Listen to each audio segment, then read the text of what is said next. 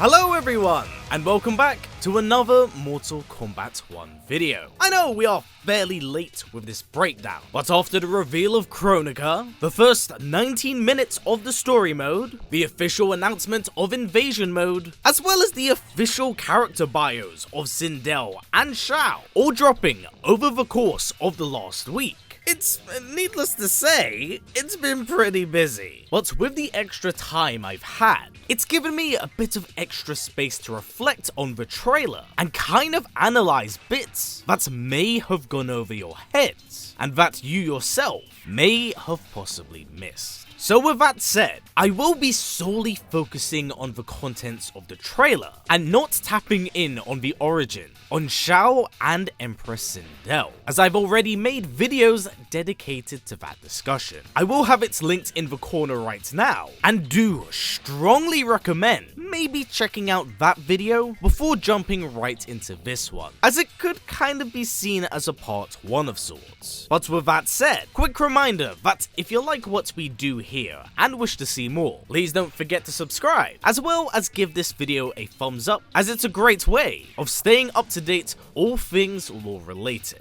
Anywho, let's just jump right into things.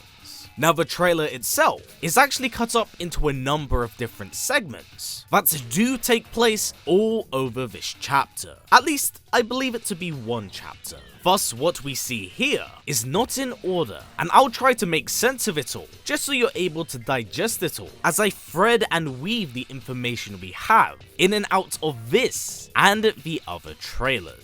The opening shot begins in Outworld's Royal Hall, which essentially is the main centerpiece of this trailer itself. Now, judging by the angle of how it pans forward, I presume that this likely must take place not too long after Liu Kang has entered Outworld with his Earthrealm champions, as we do see a little later on. Now, just to add more context for the rest of this trailer breakdown, in this new timeline and era, the Mortal Kombat tournament doesn't look to be a competition based on the survival of the realm, but instead something far more friendly that is held between Outworld and Earthrealm. Plus, unlike the original canon, in which the tournament would be created by the Elder Gods to determine the merging of the realms, here the tournament is created by a unionship between Emperor Jarrett and Fire God Liu Kang. As to why it was created is largely left unknown, but seeing as Outworld and Earthrealm are on quite good terms, this very well could simply be something created out of the friendship of the two, as even in death, both he and Sindel continue to honor his memory. We gather once again to honor my late husband's legacy, to continue the tournament that he founded with Lord Liu Kang.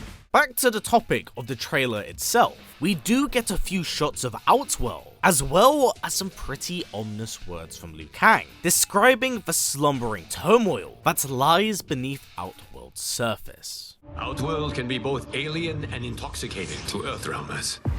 While our realms are at peace, there are Outworlders who would prefer us to be at war. Something that has been made pretty damn clear from the character bios we've had since the Lin Kuei trailer, with it more or less solidified by Shao's actions here. Don't you worry, we'll touch on him in a bit. As this monologue continues, we do see the Earthrealmers being taken around in carriages, celebrated by the people of Outworld for participating in the Mortal Kombat tournament.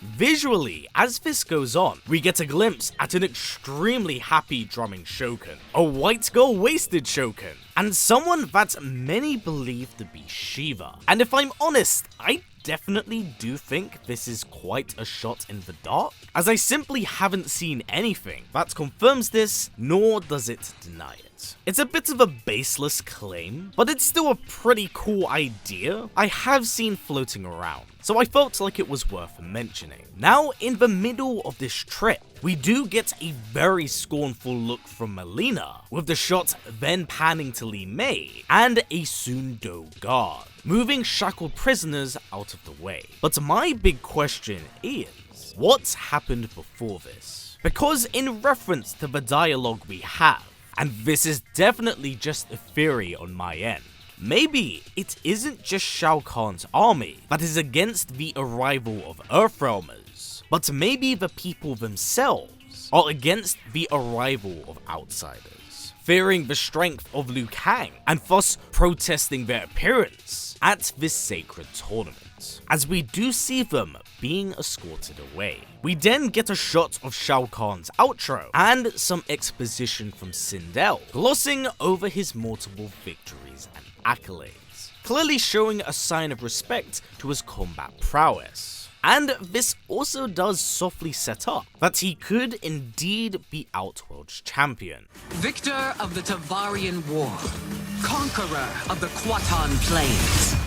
All of Outworld is grateful for his service. Once again, I want to plug my previous video recently, if you just want a little bit more added context on what we know of the Quatan Plains and Tarvaria. From here, we get some snippets of Shao's gameplay and some very interesting exposition, presumably at the end of the chapter. Whilst not crystal clear, it is very softly implied that something has gone wrong with the tournament.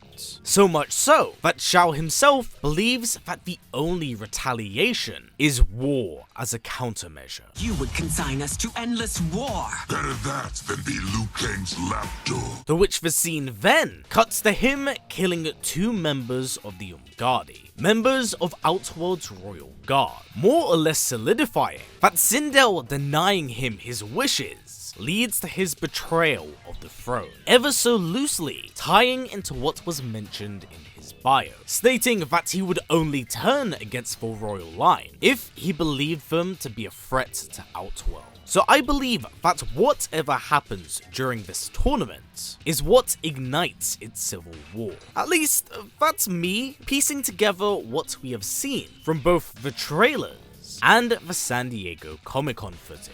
As we move past the Sindel gameplay, we have a plethora of interesting story shots. And you may want to keep a close eye to this section, as it's pretty jarring with how we jump from section to section. So first thing to note, that this all happens extremely early on in the story, as not only does Kenshi retain his eyesight, but he is also wearing the same Yakuza suit from invading Johnny's home. So clearly the tournament itself must happen quite early on, later being sidelined for the Outworld Civil War storyline. On top of this, and this may be a minor thing, but one that helps paint the path we're going, is the introduction of a portal gateway, taking the Earthrealmers to Outworld for said competition. Now, this is something we do see previously from the Keepers of Time trailer, but isn't seen much later on. But funny enough, we do later see Liu Kang cast a portal from the Banished trailer, maybe implying that the original portal gateway gets destroyed, stranding them to the confines of Outworld. As once we return, we do see that the temple is in ruins, maybe tying in to the inevitable betrayal of Bi-Han, which has more or less been solidified from the Lin Kuei trailer.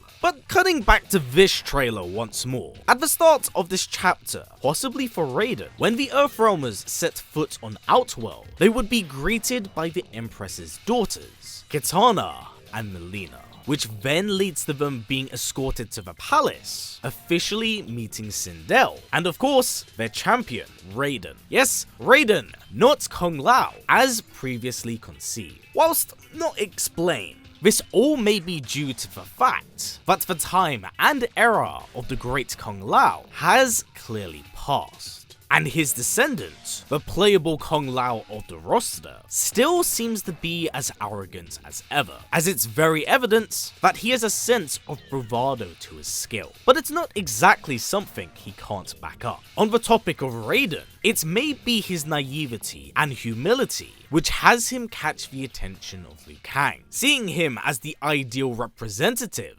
He has earned his place by embodying the very best qualities of Earthrealm's people. Plus, there's no doubt in my mind that with Liu's familiarity with his past self, he sees the insane potential he does wield. We then next cut to him after a fight in the tournament, where it does look like he has just defeated Reiko, whom you can of course see on the left hand side. was not officially revealed. He was of course shown off at the San Diego Comic-Con footage, more or less confirming his placement amongst the roster. Now, the rest of the trailer itself is largely gameplay, but to close things out, there is a very brief scene set between Shao and Raiden, where it looks to be amongst Outworld nobles, and Shao attempts to belittle Raiden for his stature, and even trying to confront him until he is warded off by Liu Kang. Even so, despite the razor words of Shao, We will destroy your champion, Liu Kang.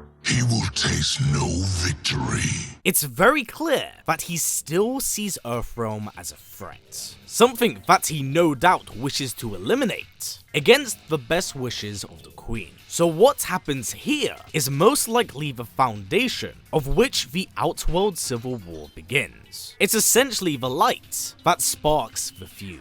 But without a shadow of a doubt, I definitely believe that this is something Shao has been preparing for a very long time, as far back as what I believe to be the planned assassination of Emperor Jared. But with that said, this has been everything I've been able to peel away from the Rulers of Outworld trailer, and I must say, I'm really glad I split this into two halves, because dear God, is there a lot to pull away from this, especially from a storytelling and narrative perspective, as there's so much that thread and weaves in and out of each trailer. So hopefully this does paint a picture of how the story is going to flow and inevitably climax at. So, with everything said here, how do you see this story going? Because there's a lot of players on the table that are being moved simultaneously. And if there was anything in this trailer that you managed to pick up on that I may have left out, please do comments down below, as I honestly love your input on these topics. But for now everyone, that has been it for me. So as always, stay strong, stay well, and keep on fighting. Take care everyone, I'll catch you all soon.